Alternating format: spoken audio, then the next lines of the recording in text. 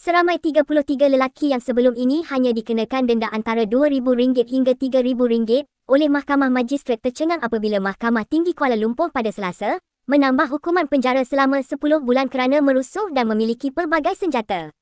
Hakim, Datuk Aslam Zainuddin membuat keputusan itu selepas membenarkan simakan terhadap hukuman yang dijatuhkan oleh Mahkamah Rendah sebelum ini. Semua mereka diperintah menjalani hukuman penjara itu bermula Selasa. Pada 10 April lalu, media melaporkan seramai 32 lelaki yang tular dalam insiden rusuhan membabitkan sebuah lori yang merempuh pagar sebuah pusat hiburan didenda RM3,000 oleh Mahkamah Majistret.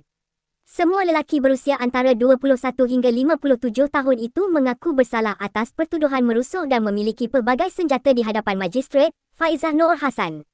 Sementara itu, dua lagi tertuduh muda berusia 19 tahun tersebut didenda RM2,000 atau penjara selama 3 bulan bagi pertuduhan sama. Mengikut pertuduhan, mereka didakwa hadir dan menyertai rusuhan serta memiliki senjata api, peluru, bahan letupan atau bahan lecur, kayu dan batu yang boleh mencederakan serta digunakan untuk menyerang.